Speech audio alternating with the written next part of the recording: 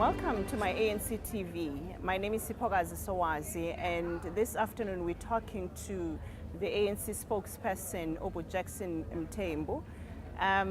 We are at the Nelson Mandela funeral. Obo Jackson, welcome. Thank you.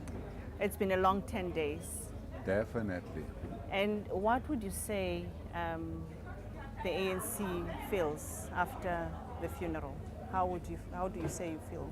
It's sad for the ANC because we are losing and bidding farewell to a giant of our struggle, a leader who led from the front. Whether it's the defiance campaign of the 50s, he was the volunteer in chief. Whether it's the establishment of Umkhonto weSizwe, our glorious army, he was the first commander in chief. Whether it's taking head-on the apartheid regime, he took the head-on the apartheid regime and paid dearly, spent 27 years in prison, came back and led us in negotiations with the apartheid regime and became the first president of a democratic South Africa. These are all things that we speak to and we remember when we see Madiba for the last time today as we bury him. So it's a sad moment. We'll no longer see this leader again. We will no longer see this icon of our struggle. We will no longer see this father of our nation who came with forgiveness, for us to forgive those who treated us badly under apartheid. Okay. And there's been so many tributes that were paid today at Dr. Mandela's funeral. What would you say really stood out for you? The tribute by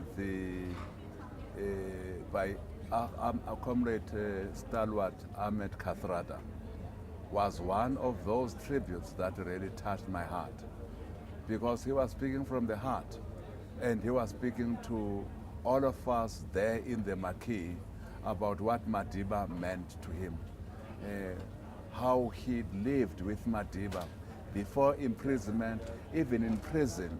And of course, they were calling each other Mandela. And then he spoke to Madiba, saying that Walter Sisulu was a father to him. Madiba was the elder brother. Now he has no one to go to. That was touching. Touching to all of us, touching to the entire South African public, but touching to us who lived with Madiba, who saw the humility of Madiba, who saw the work rate of Madiba in our struggle for freedom, who saw Madiba working with others and struggling with others for us to get the freedom we today enjoy. So the speech of our leader, Kathrada, touched a raw nerve in all of us because it spoke to the Madiba that we knew, but he also gave us more details about the Madiba that we knew. Our leader, our stalwart, our unifier, our nation builder, and a person who came with forgiveness, and something that we never thought that was possible in South Africa. Madiba said, let's forgive those who sin against us, and we forgave them. He also said, can we then unite and build a South Africa of our dreams? We united to build a South Africa of our dreams. Utata Obo Jackson meant so much to the youth, to women and children. If he was here today, what message do you think he would say to the youth, to the women, to children at this very dark hour? If Tata was here, he would say, all of us, let's ensure that all our young people and all our children get a better education so that they can be better leaders tomorrow. He believed in the education of our children, in the education of the young ones, because he himself, even when he was not in a formal school, he was able to qualify as a lawyer through correspondence, through burning the candle. He believed in education, but even at Robben Island, he continued to advance himself educationally.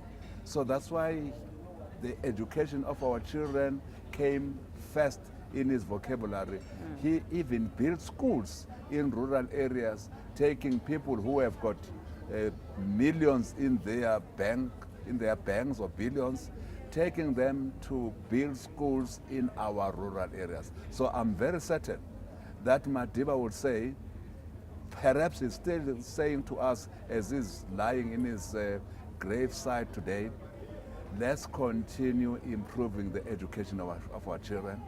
Let's continue to ensure that our children have access to education, including those who come from terrible backgrounds.